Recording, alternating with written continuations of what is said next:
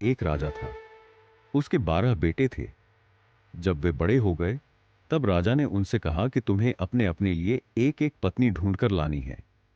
लेकिन वह पत्नी एक ही दिन में सूत काटकर कपड़ा बुने, फिर उसे एक कमीज सिलकर दिखाए, तभी मैं उसे बहू के रूप में स्वीकार करूंगा। इसके बाद राजा ने अपने बेटों को एक एक घोड़ा दिया। वे सभी अपनी अपनी पत्नी खोजने निकल पड़े। कुछ ही दूर गए थे कि उन्होंने आपस में कहा कि वे अपने छोटे भाई को साथ नहीं ले जाएंगे। 11 भाई अपने छोटे भाई को अकेला छोड़कर चले गए। वह रास्ते में सोचने लगा कि वह आगे जाए या लौट जाए। उसका चेहरा उतर गया था। वह घोड़े से उतरकर घास पर बैठ गया और रोने लगा। रोते रोते अचानक चौंक गया। उसके सामने की घास हिली और कोई सफेद चीज उसकी ओर आने लगी। जब वह चीज राजकुमार के पास आई, तो उसे एक नन्ही सी लड़की दिखाई दी। उसने कहा, मैं छोटी सी गुड़िया हूं, यहां घास पर ही रहती हूं। तुम यहां क्यों आए हो? राजकुमार ने अपने बड़े भाइयों के बारे में बताया। उसने अपने पिता की शर्त के बारे में भी बताया। फिर उसने गुड़िया से पूछा, क्या तुम एक दिन में सूत काट कर, कपड़ा बुनकर एक कमीज सिल सकती हो?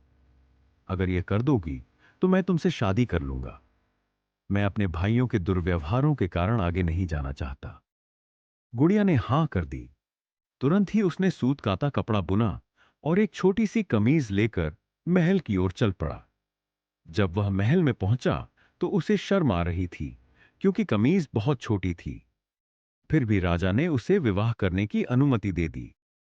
राजकुमार गुड़िया को लेने चल पड़ा। जब वह घास पर बैठी गुड़िया के पास पहुंचा, तो उसने गुड़िया से घोड़े पर बैठने को कहा। गुड़िया ने कहा, मैं तो अपने 2 चूहों के पीछे चांदी की चम्मच बांधकर उसमें बैठकर जाऊंगी। राजकुमार ने उसका कहना मान लिया। राजकुमार घोड़े पर सवार हो गया।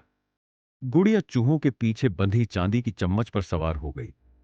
राजकुमार सड़क के एक ओर चलने लगा, क्योंकि उसे डर था कि कहीं उसके घोड़े का पांव गुड़िया के ऊपर न पड़ जाए। गुड़िया सड़क के जिस ओर चल रही थी, उस ओर एक नदी बह रही थी। अचानक गुड़िया नदी में गिर गई। लेकिन जब वह नदी के अंदर से ऊपर आई, तो राजकुमार के समान बड़ी हो गई थी। राजकुमार बहुत प्रसन्न हुआ। राजकुमार महल में पहुंचा, तो उसके सभी बड़े भाई अपनी अपनी होने वाली पत्नियों के साथ वहां आ चुके थे। लेकिन उसके भाइयों की पत्नियों का न व्यवहार अच्छा था, न ही वे सुंदर थीं। जब उन्होंने अपने भाई की सुंदर पत्नी को देखा, तो वे सभी जल भुन गए।